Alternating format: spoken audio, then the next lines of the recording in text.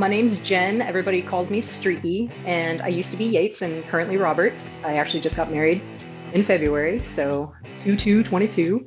I'm going to be 40 next week, and I'm actually kind of an old schooler to the scene. So I got into fitness when I was 28 years old, actually late. So I was heavily involved in cattle and horses and stuff like that growing up as a kid, and I hated sports, absolutely hated it. And I grew up a little chubby fat kid.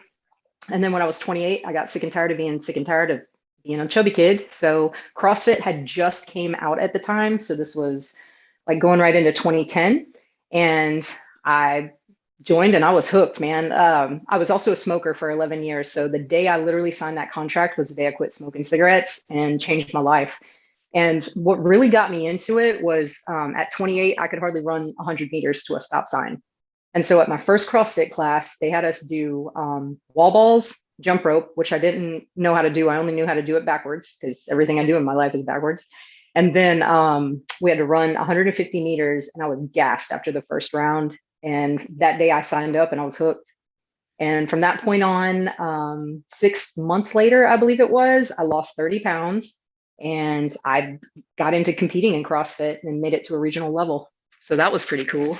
So I started with CrossFit and then I went with powerlifting. And then after powerlifting, I got into Olympic weightlifting, then went back to powerlifting, became a nationally ranked powerlifter in the 63 kilo class.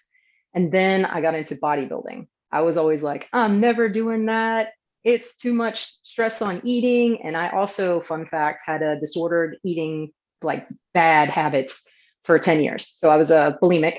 And once I got into CrossFit, that changed everything.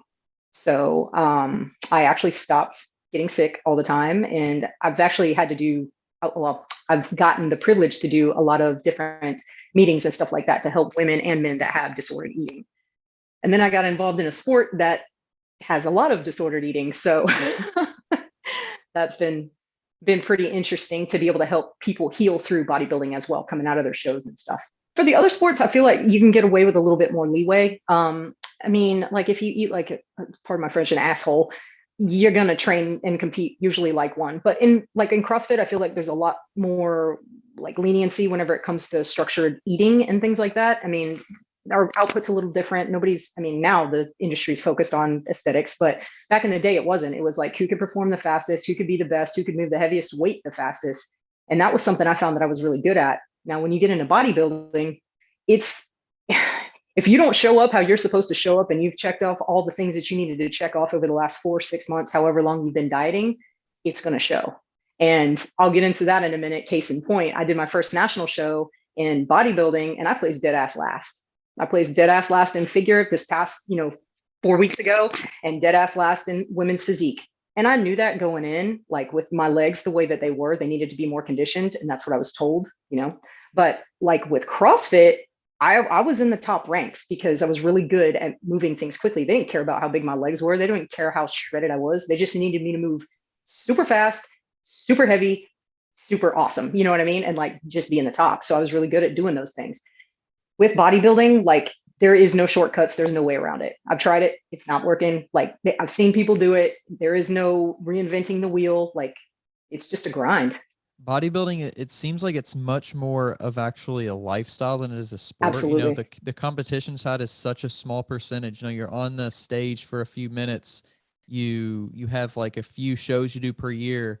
And other than that, it's like there's a purpose to every single day, even if it's not as like in Absolutely. depth as a prep, you might in prep, it might be even more magnified, but like even outside of that, like there's still, most people still watch what they eat. They still train pretty hard. Like there's to me, there's no sport you can almost compare, compare to bodybuilding as far as like what it takes to, as far as the work goes to just Right. be And the competitive. preparation for sure. And I was a natural pro my first year of doing this. And then I competed in the NPC and did very well my very first year. And then as I came out of that, and I also worked with some of the best coaches in the industry, and now I've got one of the best coaches in the industry. But the thing is if the athlete doesn't follow what they're told to do, or you don't find what works with you and meshes with that coach, you're not going to be in the top. Like it's just not going to happen. So, and also if you forget to check off one of those boxes, it's going to show. And in your season. I mean, I've been through it, but mine unfortunately was caused by some hormone issues last year, which we can touch on if you would like to. So yeah, once you got into bodybuilding, like what kind of struggles did you have going from, the other sports where it is more, it's just different, it's just different. The other sports are just simply different. Like what kind of struggles did you initially have getting into bodybuilding? Well, my issues were I was a CrossFitter again, and not to badmouth CrossFitters, but we all know they train in the gym for hours, and it's all about timing and who can go the fastest, the longest, and that's what I did. And you can't do that with bodybuilding. Like it really is all about the hypertrophy, and it's not all about squat, bench, and deadlift all the time. Like you are trying to shape an aesthetic body. Not that your training can't be structured around squat, bench, and deadlift, but that's not the big three are not what's going to make you on a stage. Like it's just not going to happen. Like there's a lot of accessory work, and those are things that I had to learn over the years as a coach and as an athlete. Like if you want to look a certain way, you've got to train a certain way and condition your body. And it's not all about going hard and heavy all the time for 4 hours in the gym. It's get in, go hard, get done, get out and eat and go to sleep. You know what I mean? Recover. So that was a very, very hard thing for me to learn, because I will go until I fall over in a gym. And most people will, they'll go super hard, especially in our industry. But it boils down to like, you got to be trained smarter, not harder, and don't annihilate yourself. Like you really just got to stimulate the muscle and then get out. And especially going in, I'm going to be 40 years old next week. So I can't be training like I'm 21 either. All right, guys, we're going to take a quick break here just for a second. Let me tell you about Smoking Gun Coffee. They're a veteran-owned coffee company that strives to produce a quality coffee at an affordable price. They only buy coffee from small coffee farmers around the world with a cup score of at least 85. Each batch is roasted to order for maximum freshness. They also donate a large portion of their proceeds to organizations that help local communities, veterans, first responders, or you can donate to the foundation of your choice at the checkout by going to www.smokingguncoffee.com. That's SMOKIN Gun Coffee. When it comes to science-backed supplements that taste great, 2NS is your one-stop shop. They truly maximize quality by making their own supplements in-house. With over a combined 90 years of experience, 2NS's team of industry experts has a commitment to research, quality, development, and innovation. The body is sacred, so give it the best. Check out all 2NS has to offer at secondnaturesupplements.com. That's 2ndnaturesupplements.com. When you're in this world of fitness, it seems like there's not ever like a perfect, this is what you do. There's always that personalization, and there's always changing that to the age or to whatever, kind of situation in life that you're in. There's not like a strict, if you follow this, then you'll be successful. There's so much like self-discovery, understanding what works for you, and then even changing that once you do figure that out. So I think it's a constant journey. Absolutely. And like I said, I also do a lot of nutrition for my clients and training for my clients. But the thing is, I don't like to do anything for a person that I haven't personally done. So like I waited until this part of my career to even touch like a ketogenic style diet and something that would be more high fat, high protein, because it's very taboo and like it's all about the carbs and everything in our industry. But I don't respond well to high carbohydrate diets. I've paid thousands of dollars to people to try to do this to me, and it just doesn't work. And then in your off season, you're 35 pounds up and 40 pounds, 45 pounds, and you're a big hot mess. And then now you got to redo it all over again. It's like a vicious cycle. So I think the ultimate thing is finding something that's sustainable in that lifestyle in order to shape your body the way you should be shaped as a bodybuilder. Did that come out right? Did that make sense? Sound good in my head. I think it does make sense because, there's so many coaches out there who, are just saying that they're coaches, and there's so many people who want to get into bodybuilding now because it's kind of becoming like a little bit cooler of a thing to do, and you can post it on social media and you can do all these other, social things with it. But it's also dangerous because like you want to make sure people are following a healthy path when they do this, because most people aren't going to be really competitive, to the highest degree in this sport. But it's also an opportunity to teach people how to live a healthy lifestyle, how to, how to eat healthy, how to exercise, how to mentally become, Right. stronger, things like that. And, when you don't have great, when you have cookie cutter advice, I guess sometimes it can lead to, more issues than solutions. I've actually worked with those people. Again, I've spent thousands of dollars on some of the best names in the industry. But the thing is like what worked for their athlete or 5 people didn't work for the next 10. So in the meantime, that's another big thing is I think setting a person up as they're coming out of prep is a big deal because you see it nonstop. Everybody's depressed, especially females, it really hits hard. The weight balloons up. They don't know what to do. Disordered eating comes out of nowhere or whatever. And it's just a big, huge mess. And so I think it's very important to have some kind of plan like that in place in order to have that structure whenever you're in an off season or improvement season, whatever everybody calls it now. And how did you handle that? That experience of like, okay, I stepped on stage, and even if I know I didn't look, the best that I could ever look, like you still looked probably, is physically, aesthetically, whatever you call it, as good as you're going to get for a while, and then you start going the other way. Like, how did you handle that? So my very first year was totally different because I did gain 40 pounds. It took about a year to gain that weight. But the thing is like you've dieted for so long and you get super low calorie and your cardio. I just stopped. There wasn't a reverse. There wasn't talk about reverse when I did my very first show. And it literally like you have no sense of being pretty much. People are like, oh my God, I can't go to the gym now. I can't do this. You can. But it's not the same as it was. You're not spending 3 hours in a gym. So you go 0 to 60 real quick. I ballooned up. I started eating everything I could get in sight and then trying to out cardio it over and over and over again. And then finally I was like, I'm not doing this anymore. And then I literally just like ballooned up, become super insulin resistant. My hair was falling out. My hormones were a mess. And I was like, there's got to be something going on here. And I was 100% natural at the time. So it wasn't like there was outside stimulants or anything. It was literally a bad breakup and a bad like prep. I competed and I was prepping myself for 8 months. So while I did my first show, I also competed at the Arnold as a power lifter.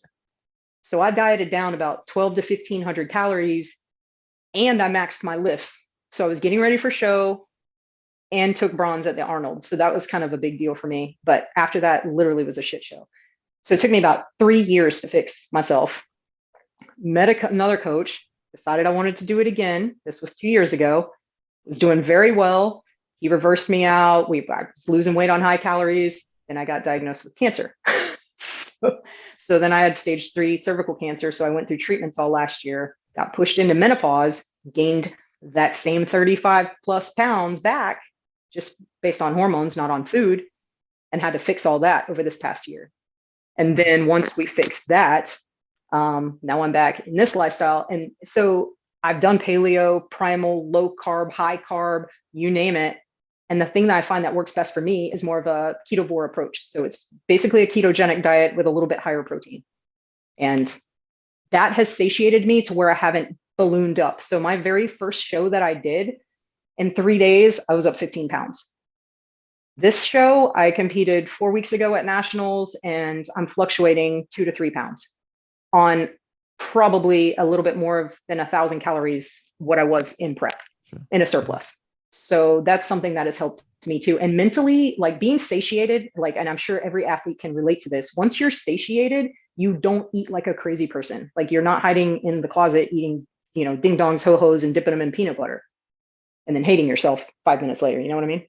Yeah. So that's helped big time. And I think getting a coach that will set that in stone with you, like you communicating with that person, hey, this might work best for me coming out of this so I don't have any disordered flare-ups, then I think that makes for a really good setup coming into your off season and season, or if you're going to compete again. Yeah, I think it's an overlooked aspect of the sport. I think for Absolutely. a lot of people, especially when getting into it, they think about all the things that are going to happen before the show and then the show itself. But it's, I think it's becoming such a, like I said, a popular kind of thing to do within the world of fitness that it would be, I think it would be cool to see some type of like, NPC qualified coach or something, like, coaches out there, like something to where people can actually know that they're going to someone who has quality information and not just like we were talking about before, kind of cookie cutter advice, like having some sort of standardized, even though there's of course standardized like tests for, qualifications for certain things, but like having it even just another level above what it is now, just, for the sake of people, for the sake of people's health and for the sake of the sport, because obviously if people are, Absolutely. getting sick or dropping out of the sport because of whatever reason, like that's not good for bodybuilding either. It's not good for health and it's not good for the sport. Right. And I think that's a great idea as well. But it's so crazy because like a person sees a coach win. They've got a couple athletes that go pro or whatever, automatically they want that same plan. They will do what you said, cookie cutter that plan for that person. But what if they have all these health markers? I find it's awesome that a lot of coaches are, let me see your labs. I need you to go get a hormone panel. Otherwise, I will not work with you. I'm like that with a lot of my people as well, but just my lifestyle clients. Like, I do not want to take on any aesthetic athlete at all. I will help a power lifter make weight. I will help a Olympic weightlifter make weight, and I will help a CrossFitter get strong and fast. I do not want anything to do with bodybuilding athletes just because of that stigma that comes behind it. Like, I've been there, I've lived it, I live it. You know what I mean? Like, it's just so hard. And then, they've got the up days and the down days. I can relate with them, but I just don't feel like I'm qualified enough to help a person get to a stage like that. Like, I will prep them to get to a coach that has more credentials than I do in order to do that. Ready to take your supplements to the next level? 2NS is here to help. 2NS strives to help you attain the highest degree of health and performance. Combining cutting-edge science and the best from nature, 2NS gives fitness enthusiasts and athletes the fuel they need. Check them out at secondnaturesupplements.com. That's 2ndnaturesupplements.com. This podcast is sponsored by Smoke and Gun Coffee, a veteran-owned coffee company that strives to give back to those in need. Don't forget to use code TWR10 for a 10% discount at checkout. Hindsight, looking back, like 5 years ago, I was not in a good mental place anyways. Like, I was focused on powerlifting and getting my medals and making my coaches proud, but I had, bodybuilding on the mind as well. So here I am dieting on 12 to 1500 calories on a high day. And I'm going in there trying to make numbers and all this and that. And then if I don't make my numbers, I'm beating myself up over it. So that was the other thing that I was going to say, going back to about bodybuilding versus the other sports. You can train for 16 to 18 weeks powerlifting and have the best training cycle. You've got 9 shots on that platform. You screw up any of them, that's it. But with bodybuilding, you can pick a different show. If you don't want to compete, you just go in, you pick a different show until you're conditioned enough for you're ready. So that both of those things at the same time really screwed with my psyche, because I'm trying to win over here and I'm trying to win over here, and they're two totally different things. So I took a hit on that for about a couple of years, beating myself up. Yeah. It's hard to kind of be the master of two kind of things at the same time. And especially when you don't have 100% in one versus, Yeah. You know what I mean? Yeah. And also it's back to the businesses. Like, I've got an online nutrition business. I'm a full-time coach.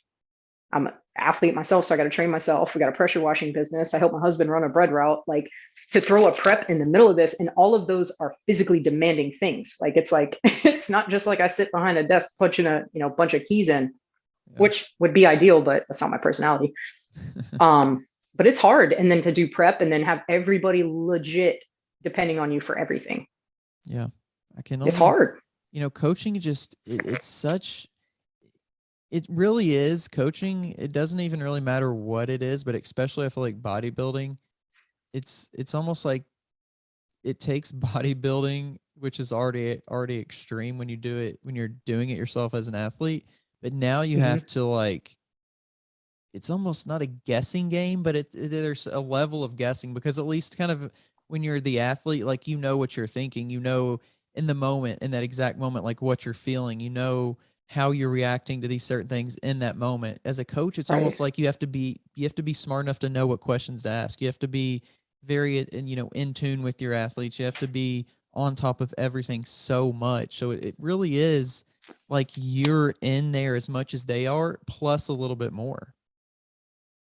And the thing is too, is like a lot of athletes, and I'm not sure if you play any sports or anything, but like, we never want to let coach down. So some of them will not tell you what they're doing. I'm open and honest with mine. Like, hey, I wanted to eat this thing, but I didn't. So can we fix this? Or, hey, I didn't do this. Or, I mean, 9 times out of 10, that's not the case. I do as I'm told. But a lot of my people, they'll be like, I was going to tell you, but, and then, because they don't want to disappoint us. But at the same time, there's still got to be that trust and respect and communication in order to have a successful person. You know what I mean? Like a successful athlete or client.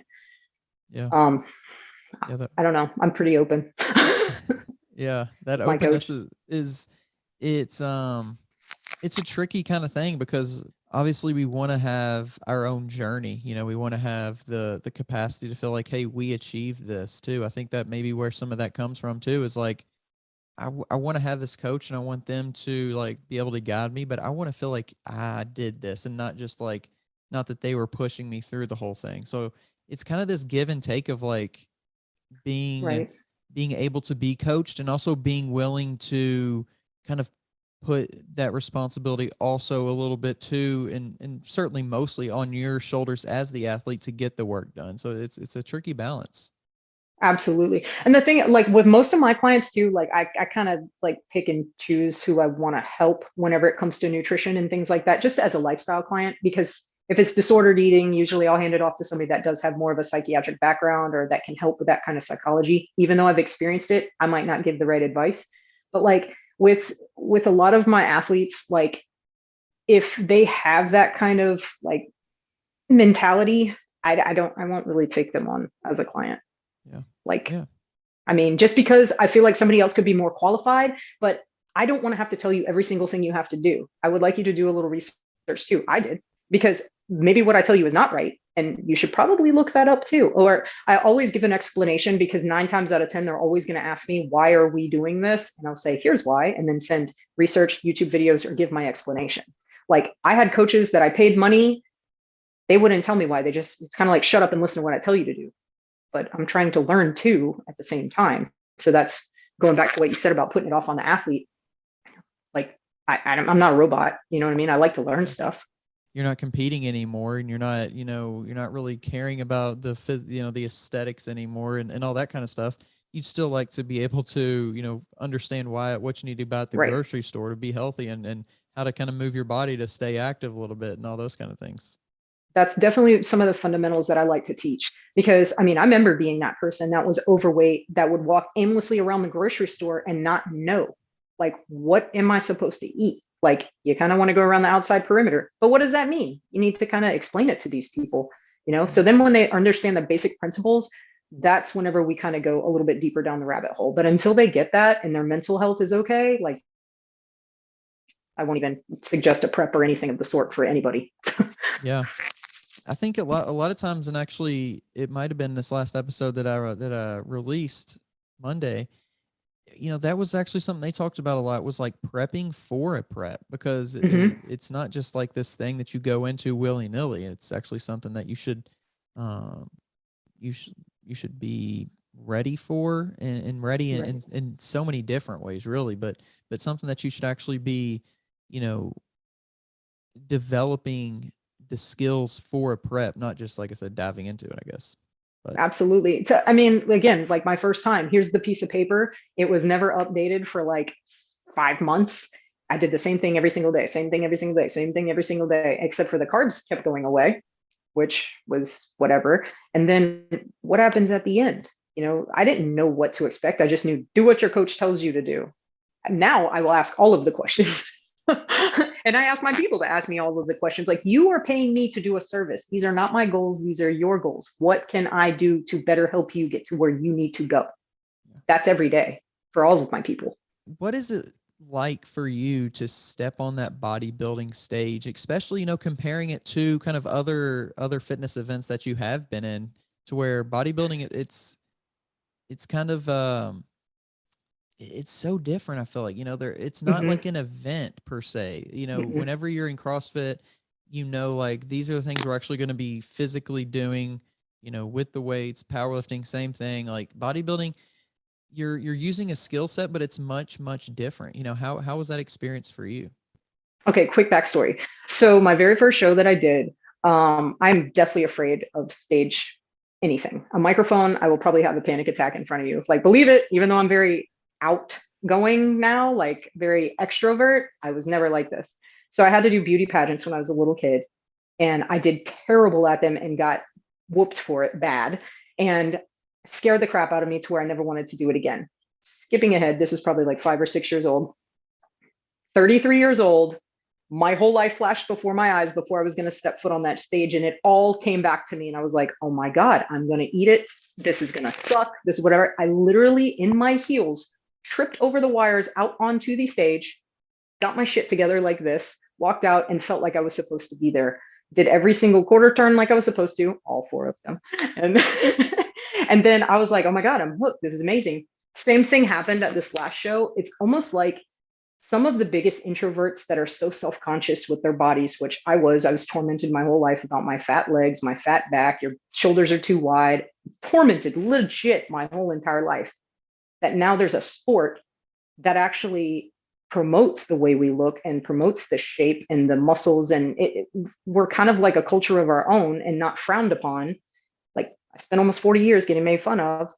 And when my foot touches that stage, it's almost like I become myself, if that makes any sense. Like it's almost like being at home. And I'm pretty sure that a lot of other bodybuilders can say the same thing, guys and girls, that we just feel like we belong up there. Whether you come in looking like absolute shit, whatever, you feel like you belong on that stage because everybody else there is just like you. Like that's the easiest way to explain it for me. It feels like home, pretty much.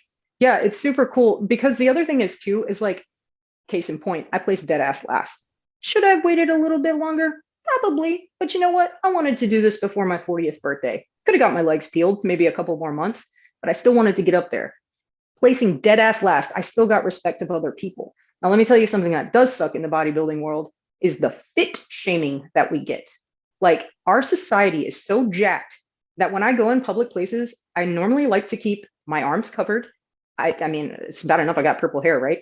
But I keep my arms covered because people, just like if you have a pregnant belly, they want to come up and touch you. Random strangers, not come in this bubble. This is my space. Like, I don't want you grabbing my arms. Like, that's weird. And they gawk and they stare, and it's almost like in disgust. And God forbid you eat something out of a Tupperware in front of somebody. No one says anything if you're eating a double quarter pounder with cheese and you're 100 pounds overweight. Not to disrespect anybody. I was 50 pounds overweight, so whatever. But like it's like you're so ostracized for being fit. And I take great pride in this because I've spent thousands of hours building my body as well as many other athletes have as well. And it kind of, I mean, that's kind of a sucky stigma that we get. Yeah. It's interesting to kind of have that like selfish stigma around like being healthy and being fit when in so many ways, it's actually the complete opposite. It's like, not just from a personal perspective, is it not selfish, but from a cultural perspective, from, economical perspective, it's so much better to be healthy. If everybody was healthy, think about, all the economic impact there would be, positively, like people there would be less mental health issues. There would be less, just it's crazy. And it just makes you wonder, like, who and where did that come from, that being healthy is a negative thing. It's got to be something like deep within kind of the control aspect of what our society wants to view as like, important and not important. And the crazy thing is like the harder the person works, it's the more ostracized you kind of get. But then there's other people, for every person that does cut you down or look at you funny or whatever, because at this point in my life, I could give 2 shits, but it's nuts because like they only see this. They didn't see the years I spent getting made fun of for being overweight and having a 35-inch waist and being, 40% body fat and having diabetic issues and all this stuff. They don't see all that. They only see what's in the present. And it sucks to be stereotyped sometimes, but at the same time, if they've got enough time to, throw that shade at us, whatever. Like I worked hard for this and I'm trying to live for a long time. That's all I got. And I'm also trying to help inspire other people that have been in my shoes, women especially, that have been overweight, that have gone through cancer battles and had issues like that and been told that they can't do something. Like, whatever. Yeah. No, I think it's really powerful, what people have the potential to do as far as like inspiring other people, and by just like doing what they like to do and what they find a passion in. I was that person. I was a corporate worker. I was management for NARS, Chanel. I was a makeup artist since I'm 17, 23 years. And I got out of that because it didn't seem like that was the life cycle I needed to live. Never in a million years, if you told me 12 years ago I would be doing what I'm doing now, I would have laughed in your face as I was smoking my cigarette and drinking my sweet tea, eating my Chick-fil-A and my chocolate covered gummy bears. Because I would have never in a million years guessed I would be doing this. Yeah. But I got sick and tired of being sick and tired. And that's why I made the change. A lot of us are not athletes. Like, I failed physical education. I am a personal trainer and an athlete later in my life. Like, who fails PE? Me. The little round kid with the mullet. That was me. Like, I flunked physical education and I hated makeup, and I was a makeup artist for 23 years.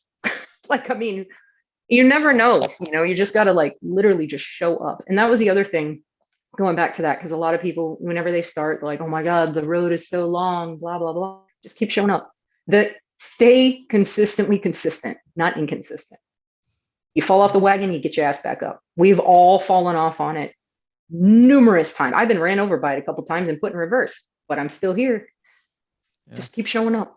But also, like, the mental aspect of it, like, just because you can't physically see it doesn't mean you might not feel totally different, Yeah, 100%. I think bodybuilding is a good avenue to where you can shape that mind into something that is in your favor instead of something that's working against you.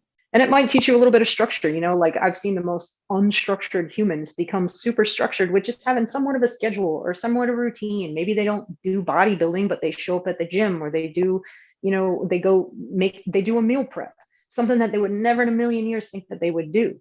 Little baby steps like that. I've had people send me messages, they quit smoking. It might not even be anything fitness related, but us putting this out there and you having a podcast like this helps these people make those little baby steps.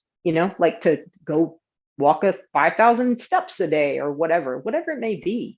It's doing this and doing what we do is what helps people get healthier and helps the society, I feel like, get healthier. Yeah, absolutely. And it's really cool getting to talk to people like you who have, been through it and experienced these things that not everybody has experienced. And that, they can look at you and say, hey, if they can do it, if they can get over that hump, then, what's my excuse? I have things in my life that are hard, but hey, if they can do it, so can I. And, for that reason, I really appreciate you coming on here and, sharing all that you've shared tonight. Thank you so much for having me, man. I really appreciate it. And for putting the word out there, for a lot of us, like, we talk about consistency and everything and just showing up. A lot of folks look to us, you bodybuilders, trainers, for motivation. Where do we find our motivation? I do not wake up every single day ready to take on the world and help inspire everybody. Sometimes it's hard for us. Like, we got to dig deep too. But when I do see that person that I did inspire, or I did like ignite something in, that's what keeps us going. I've been doing this for 12 years. Some people have been doing it for 30. And it makes me appreciate myself and what I do to be able to help them and live a better, healthier life. You know what I mean? Like, yeah. But sometimes it's hard. Like, we don't just wake up motivated every single day. However, after my treatments and stuff, I literally hit the ground running every single day now, because I've been given that chance to do this again after being told by doctors I would never do this again, ever. Yeah, that's really cool. But yeah, that's such a kind of a misconception about people who typically enjoy fitness or whatever kind of avenue of fitness. Mm-hmm. There is this idea of like, I wish that, if I enjoyed it like you, then I would do it. Well, that's not the point of it, because like you said, right, we don't enjoy it all the time, but even then we still do it. It's not about, all the time, at least it's not about how much fun you're having. It truly is a grind a lot of the times. And mm-hmm. that's just part of it. It's not a character trait. It's not a fitness gene. It's not a whatever, kind of thing that the stigma is, like a fitness, fitness enthusiast or a fitness lover. It's just somebody who has taken the time, I think, to become addicted to the process, I guess. Yes. But. And then also, as well as I do, you could be having the most foul day ever, but when you do get in there and you do start moving that weight and you get some blood flow moving around, you feel better, which helps you radiate to maybe inspire that person. It really does snowball. Like, again, we don't always want to show up and show out whenever we go to the gym. Like, we just show up because consistency. Yeah, 100%. But yeah, it was really good. Yeah. I really do appreciate you coming on here. It was great Thank you meeting so you. much. And Nice meeting you as well. yeah, absolutely. And you know, if people want to follow you on social media and you know, reach out to you for coaching or just, you know, follow your journey, where can they do that? They can find me at Streaky_Roberts_ or just type in Streaky, that's steak with an R. And I'll usually just pop right up. So Gotcha.